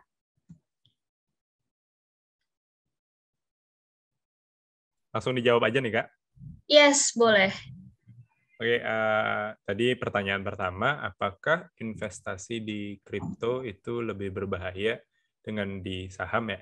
Kalau menurut saya, berinvestasi itu adalah soal bagaimana kita bisa mengelola keuangan kita dan meletakkannya sesuai dengan risiko yang seharusnya. Jadi dalam artian, dalam prinsip investasi, itu sudah pasti high risk, high return, teman-teman. Jadi, bagaimana teman-teman bisa, apakah lebih berbahaya dengan saham? Mungkin kalau teman-teman dalam periodenya dalam jangka pendek, mungkin ya volatilitasnya lebih volatile dari saham. Maksudnya itu naik turunnya itu sangat, wah gila-gilaan. Kalau saham mungkin kan dilindungi dalam ARB ya kan, atau misalnya atau ARA gitu kan. Jadi maksimal ada penurunan maksimal hari-hari. Tapi semua itu ada risikonya, termasuk saham pun itu juga berisiko gitu. Kripto pun ya kita tahu high risk, high return teman-teman. Tapi kalau kita lihat dalam periode yang sangat panjang, kalau kita lihat cuman hitungan menit atau jam harian mungkin ya cukup volatile, bisa naik 20%, turun berapa sekian gitu kan. Tapi kalau kita investor jangka panjang, ya holder always win gitu ya. Jadi orang yang berinvestasi sebenarnya kalau bicara mana return, kalau misalnya mana return yang lebih tinggi, return seorang trader kah atau return seorang investor? Saya bisa bilang return yang paling tinggi itu nyatanya return seorang investor.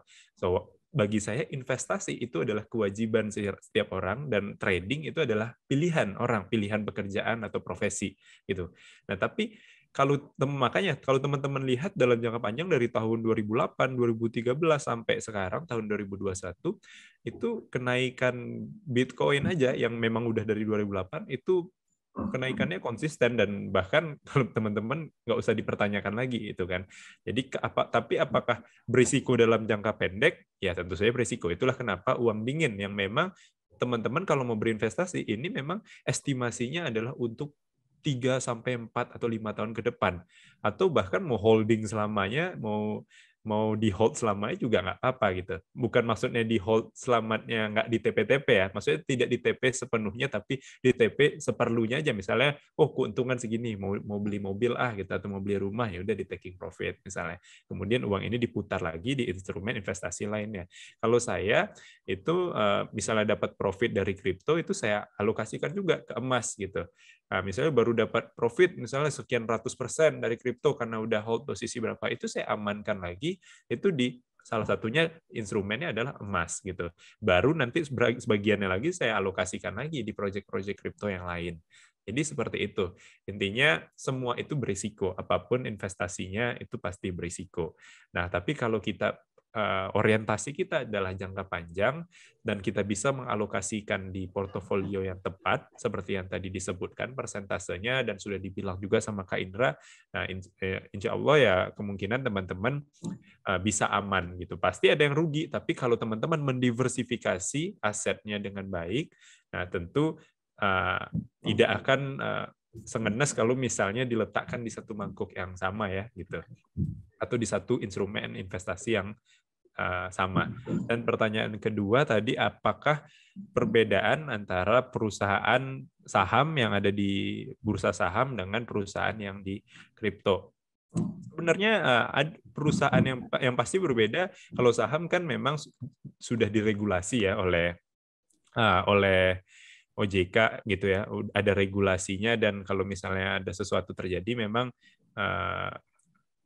kita bisa ada payung hukumnya, walaupun tidak semuanya bisa diselesaikan. Walaupun ada masalah, kadang uang investor bisa aja lenyap juga gitu kan. Nah, yang membedakannya tentu saja kalau kripto ini diakui sebagai komoditi, belum sebagai alat tukar, dia masih diakui oleh negara kita sebagai aset, kelas aset gitu ya, untuk teman-teman investasikan. Nah, yang membedakannya dari segi analisa juga, analisa kripto itu sifatnya memang seperti teman-teman berinvestasi, tidak ada analisa fundamental seperti laporan keuangan kayak gitu. Dan saya lihat juga perusahaan-perusahaan sekarang kan juga mulai banyak metode-metode seperti processing value untuk mengukur suatu valuasi nilai perusahaan gitu kan, mulai banyak gitu. Nah, begitu juga kripto, yang teman-teman nilai itu adalah ide di balik project-nya dan use case-nya. Apakah ada perusahaannya? Tentu saja ada orang yang mengerjakan project kripto tersebut. Nah, memang ada kripto itu banyak lagi jenisnya teman-teman. Ada yang memang dia perusahaan real yang memang nantinya akan berbisnis di ekosistem kripto ataupun ekosistem ekonomi. Ada juga kripto yang diledakkan oleh hype semata doang. Atau kita bisa katakan bahasa kerennya kripto-kripto yang community driven. Kripto-kripto yang digerakkan oleh hype, oleh sensasi karena mungkin dipom-pom oleh misalnya satu influencer atau tokoh gitu kan, sehingga harganya naik karena demand and supply. Nah, ada juga yang kayak gitu. Nah, teman-teman kalau yang kripto-kripto semacam itu mungkin cukup untuk mengikuti trennya saja, tren follower aja. Mungkin dalam jangka pendek, jangan berinvestasi di koin-koin yang seperti itu, karena tidak ada jaminan dan probabilitasnya sangat rendah sekali apakah si koin ini nanti di masa depan, di waktu yang panjang itu harganya akan ada. Dan mayoritas dari koin-koin yang hanya digerakkan oleh community driven ya sudah pasti itu anjlok nilainya dan sangat berbahaya. Itu sama seperti kita gambling lah, dan tidak ada ibaratnya unsur probabilitas yang tinggi. Nah, kalau bicara kepastian semua di dunia ini, saya yakin itu tidak ada yang pasti ya. Tidak ada yang pasti. Inilah kita sebagai investor atau sebagai trader, tugas kita adalah memitigasi risiko yang ada dan bermain dengan probabilitas yang tinggi. Nah, mungkin begitu, Kak. Oke. Semoga menjawab ya untuk Kak Budi. Kemudian mungkin saya pindah ke Pak Indra nih, ada yang bertanya dari Henry Hutayan. Bertanya, ada 2 pertanyaan nih Pak. Apakah uang kripto dapat berpengaruh atau dipengaruhi oleh inflasi? Lalu yang kedua adalah siapakah yang memegang atau menguasai uang dari hasil IPO kripto? Apakah uang tersebut sepenuhnya menjadi hak perusahaan yang menerbitkan atau dikelola? Kalau inflasi saya kurang tahu ya. Sejauh ini sih ngelihatnya sih belum ada korelasi antara makroekonomik dengan pergerakan harga kripto ya. Mungkin Pak Fadel bisa menambahkan atau membantu membenarkan. Kalau permasalahan untuk ICO sekarang ini sih mungkin lebih berkembangnya ke IDO mereka bilangnya ya. Jadi banyak launchpad yang istilahnya kalau misalnya ketika satu project ingin raise fund gitu. Jadi mereka lewat launchpad ini istilahnya mereka raising fund di situ gitu. Mereka meng-issue token mereka yang mungkin hanya sebagian di-issue gitu kan. Yang menariknya dibanding dengan ICO zaman dulu adalah diatur di smart contract-nya. Jadi kalau dulu ICO mungkin empunya project bisa dapat seluruh dana tersebut, mengumpulkan dana masyarakat yang which is nggak ada regulasinya. Jadi ya kalau misalnya rug pull atau scam, ya terima nasib gitu. Karena basically we buying the futures. Kita beli, kalau beli properti istilahnya beli gambarnya kan gitu kan, yang rumahnya belum jadi gitu. Nah, kalau misalnya yang sekarang ini dengan perkembangan, kita bisa lihat tokenomiknya, white paper-nya, di mana bisa saja kadang developer say, oke, kita memang ada IDO, misalnya 10% untuk public, kayak begitu. Nanti 30% untuk foundernya, dan biasanya itu dipecah-pecah, jadi kita bisa baca white paper tokenomiknya. Dan yang menarik, kadang bisa juga mereka bilang, oh, dari 30% untuk founder, kita nggak bakal ngambil duit sama sekali, gitu. Token kita nggak bakal dapat sampai setelah 1 tahun, baru nanti token itu baru kita dapat gitu. Jadi depend sekali on the ininya gitu, on the project owner-nya gitu. Kadang dari project owner sendiri pun juga mereka juga sudah dapat pendanaan dari visi-visi, dan mulai banyak visi juga yang melirik space crypto ini ya. Jadi maksudnya industri crypto ini gitu. Salah satu mungkin kayak Andreessen Horowitz saja terakhir di Axie Infinity install gaming, invest ke gaming NFT. Jadi itu cukup heboh juga tuh di situ tuh. Harga yang dulu Axie Infinity di bawah $1 aja, AXN-nya sekarang di atas $100. Jadi kalau orang yang beli di bawah $1 sekarang, ya mereka tahun lalu loh di bawah $1. Jadi dalam 1 tahun dapetnya udah di atas 100 kali gain. Itu untuk hanya 1 token. Kalau belinya more than 1 token, ya silakan kali aja sendiri kan. So it's a crazy world we are live in gitu. Jadi ya perlu beradaptasi lah, karena memang agak nggak terbiasa buat kita yang selama ini berinvestasi di bidang yang diregulasi, tapi kali ini ada salah satu investasi yang punya dimensi sendiri, punya dunia sendiri gitu. Jadi ya belajar baik-baik dan extra careful sih. So many scammers out there. Itu paling dari saya. Oke, thank you Pak Indra. Mungkin dari Fadil ada tambahan kan mengenai apakah kripto itu dipengaruhi sama inflasi? Kalau saya lihat sejauh ini, memang kripto ini kan dia adalah aset yang tidak berkorelasi dengan banyak kelas aset lainnya, gitu. Jadi kalau saya lihat kalau misalnya harga dolar turun atau jatuh, itu rata-rata kripto itu naik biasanya Bitcoin kalau saya lihat dari historical chart-nya ya. Dan kalau kita comparing dengan dolar. Tapi sebaliknya kalau misalnya dolar menguat, kayak misalnya ada isu tapering ya baru-baru ini, kayak bakal dinaikkan suku bunga, dan ini mempengaruhi harga kripto juga. Dan walaupun belum kalau di tahun 2013 lalu ya memang sempat crash ya, tapi yang pasti kalau saya lihat untuk dipengaruhinya pastinya ada pengaruh gitu, kripto dengan kelas aset yang lain mungkin menjadi counter trend ya mungkin ya, maksudnya melawan dari banyak aset yang lain, karena memang kripto ini digunakan sebagai ibaratnya kalau menggunakan mindset institusi, kripto ini adalah aset diversifikasi gitu. Maksudnya ini adalah salah satu kelas aset yang untuk mengamankan jadi store value gitu, untuk berjaga-jaga kalau misalnya situasi yang tidak diinginkan dari ekonomi konvensional itu terjadi. Jadi memang tidak ada salahnya untuk melirik aset kripto sebagai kita untuk menjadi untuk investasi utama, atau bahkan investasi apa namanya, untuk mungkin jaga-jaga gitu ya. Kalau misalnya memang ternyata itu ekonomi konvensional itu jatuh gitu. Seperti itu, Kak. Oke, thank you untuk Fadil. Kemudian ada pertanyaan lagi dari sebentar saya pilihkan. Oke, ada pertanyaan dari Alifian, bertanya ke Fadil, sebagai pemula yang ingin bermain di kripto, kesalahan apa aja nih yang biasanya sering dilakukan oleh pemula? Lalu gimana caranya bangun strategi kita? Lalu bagaimana strategi kita dalam membangun mindset yang berani akan resiko yang dihadapi ketika berinvestasi di kripto? Oke. Jadi kalau buat teman-teman yang baru memulai, memang tidak ada salahnya untuk memulai dulu, karena saya juga dulu memulai itu tanpa tidak mengerti banyak, karena kalau mau nunggu teman-teman jadi pakar mengerti banyak, baru memulai tentu itu nggak akan ngerti-ngerti gitu. Jadi tidak ada salahnya untuk belajar sambil mencoba. Jadi mulai aja dulu dengan uang yang teman-teman sudah siap untuk risikokan. Nah, kalau misalnya teman-teman ini terus kenali diri teman-teman ingin menjadi apa, menjadi seorang trader atau investor, tapi kalau saya pribadi itu saya dua-duanya. Saya trader itu sebagai untuk mendapatkan penghasilan bulanan gitu, menjadi investor adalah untuk di masa depan gitu. Trading itu seperti profesi bagi saya, dan investor itu ya sudah menjadi kewajiban bagi setiap orang. Tapi saran saya untuk teman-teman yang pemula, jangan melakukan trading dalam jangka pendek. Memang lebih amannya teman-teman, kecuali teman-teman memang sudah menguasai ilmu analisa teknikal atau analisa on-chain, sehingga teman-teman bisa trading untuk jangka pendek, mendapatkan keuntungan dari periode-periode lebih singkat, seperti harian atau bahkan mingguan. Tapi untuk teman-teman yang baru, memang berinvestasi dan hold saja posisi gitu. Prinsipnya adalah ketika harga rendah, itu beli lebih banyak. Jadi tidak, teman-teman memang harus sudah punya active income dulu.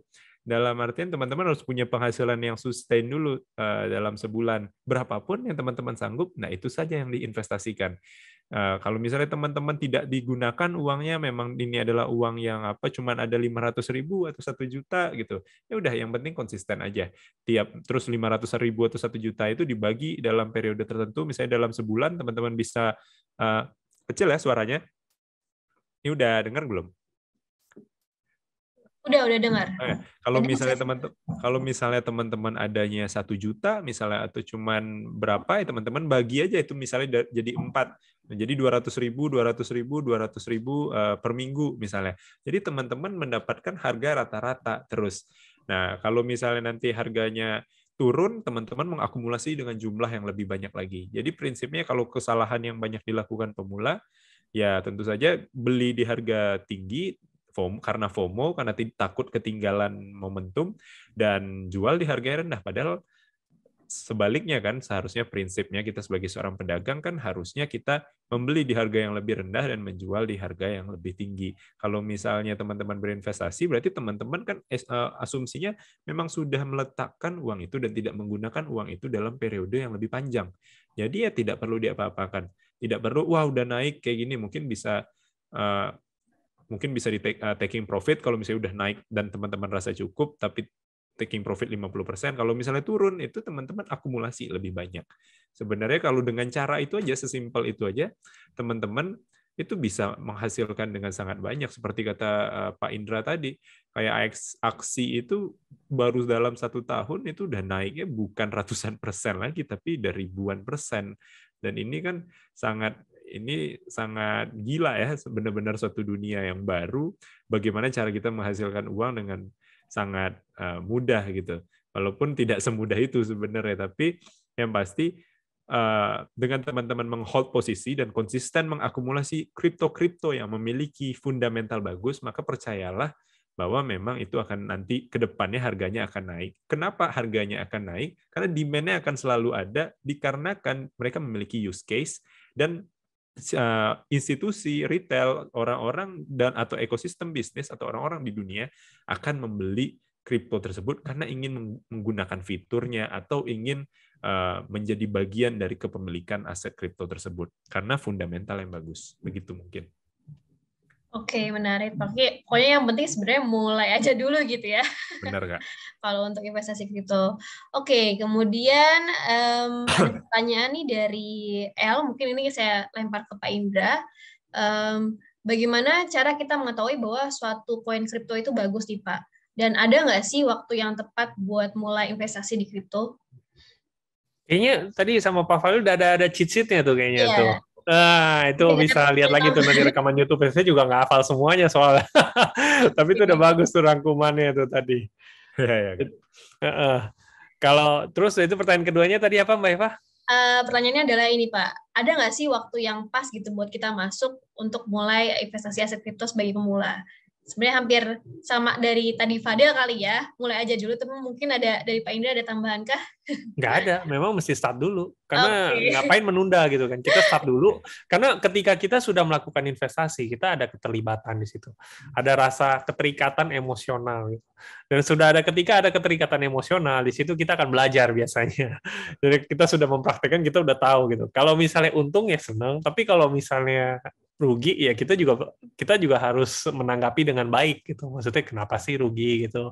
Sebenarnya saya beli barang apa gitu. Jadi ya that kind of mentality sih yang harus kita ini ya bangun ya. Jadi mulai aja gitu. Kalau memang kayak udah season pro ya biasanya mereka udah ngelihat technical analysis yang kayak tadi on-chain analysis gitu. Jadi kalau turun 30-40% aja kayaknya udah semangat banget gitu kan. Wah, waktunya yang tepat nih untuk nambah nih.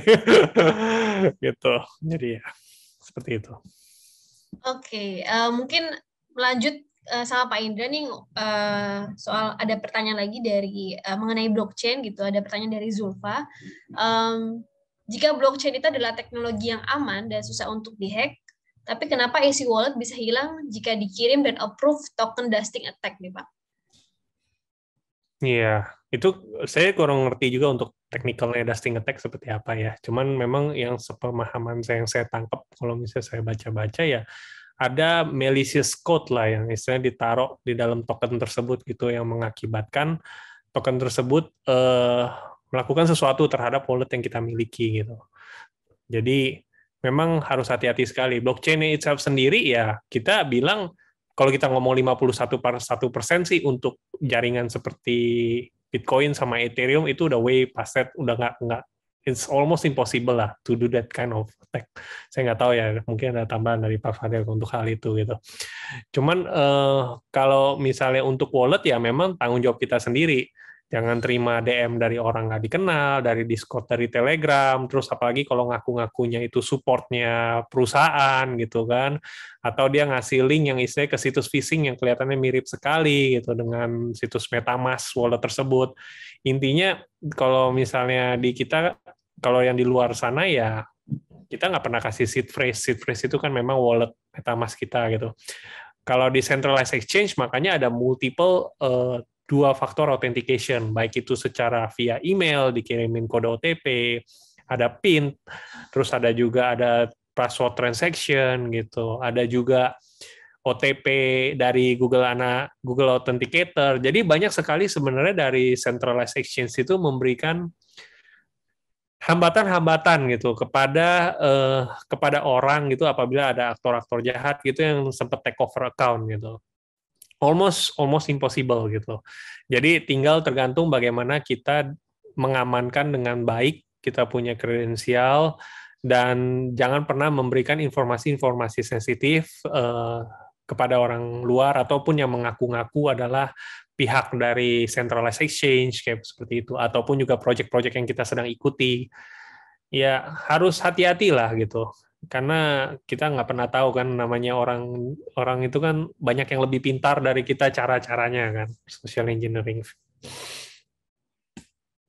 Oke, mungkin dari Fadil ada yang mau ditambahkan kah mengenai teknologi blockchain tadi? Yang mengenai dusting attack tadi ya Kak ya? Yes.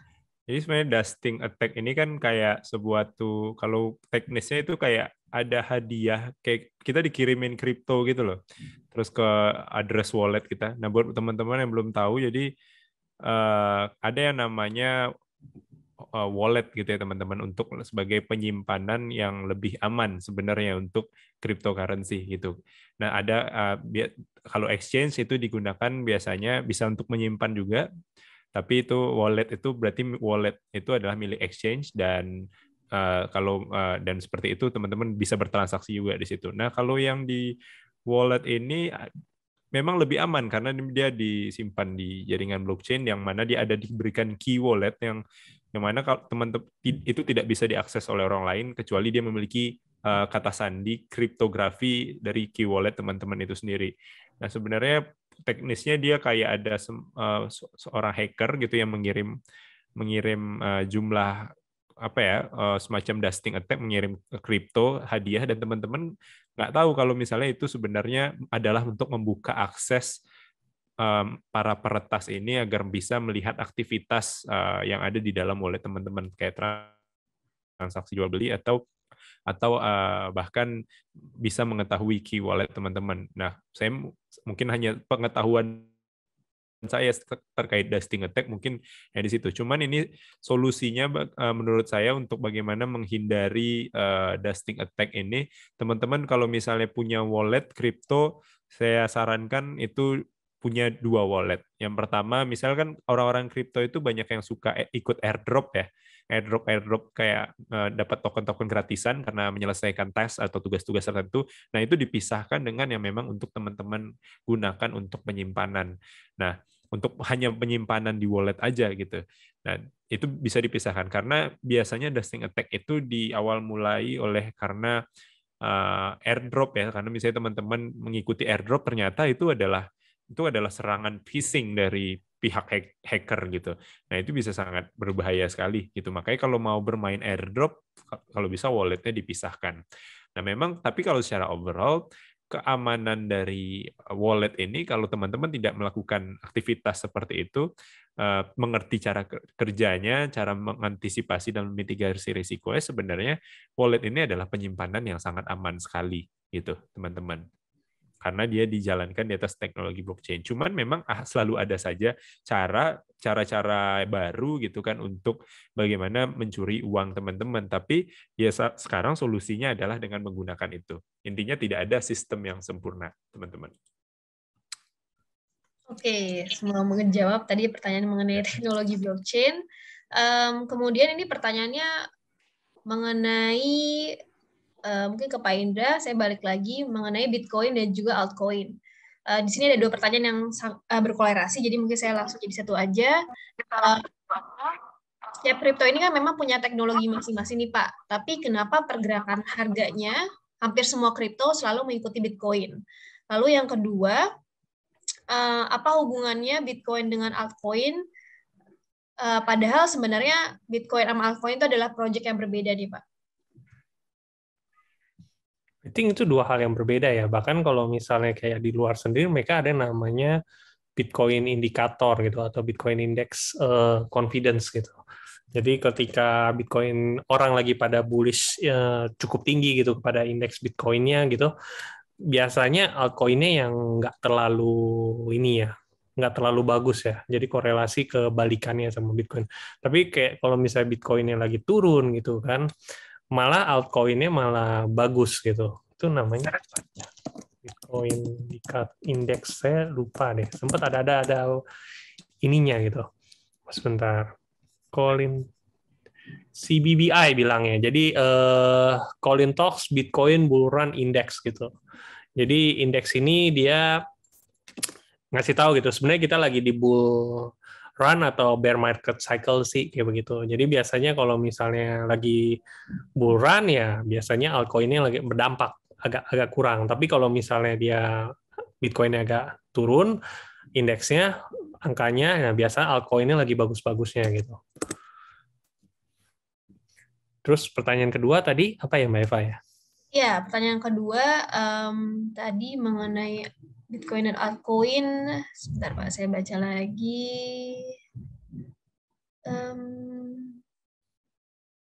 Yes, sebenarnya hampir sama sih Pak, karena padahal kan Bitcoin sama altcoin itu proyek yang berbeda ya, tapi kenapa sama-sama turun gitu ketika Bitcoin turun juga? Depend ya, nggak selalu seperti itu ya. Kadang kayak sekarang kayak terakhir kan pada komplain kan juga pada turun semua, Ethereum turun, terus itu juga Avalanche turun gitu kan. Tapi ada project yang altcoin yang saya main malah naik gitu. Jadi ya I think got a lot of things that we can play sih gitu. Jadi nggak semua selalu kayak hitam putih gitu. Satu naik semua, satu turun semua, nggak ada yang kayak begitu gitu. Pasti ada aja gitu yang nggak berbeda gitu. Yes, nggak semuanya mengikuti berarti ya Pak ya? Iya. Oke, mungkin karena waktu kita sudah habis, sudah menunjukkan jam 3, mungkin satu pertanyaan lagi buat Fadel nih ya. Ada satu pertanyaan yang bertanya, apakah kripto ini harus menguasai analisis-analisis tertentu supaya dapat profit yang maksimal?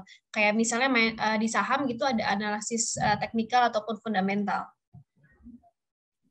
Ya, sebenarnya itu tergantung dari pribadi teman-teman ingin menjadi seperti apa. Tapi yang pasti analisa ini kan digunakan untuk kita mengetahui apakah suatu aset itu akan naik dalam jangka panjang atau dalam jangka pendek. Yang pasti kalau analisa teknikal itu tidak hanya ada di saham, analisa teknikal itu bisa digunakan untuk berbagai instrumen investasi seperti emas, seperti komoditi, forex gitu kan, bahkan kripto, semuanya yang memiliki volume dagang yang tinggi, yang di situ ada yang di situ liquid, itu bisa menggunakan analisa teknikal.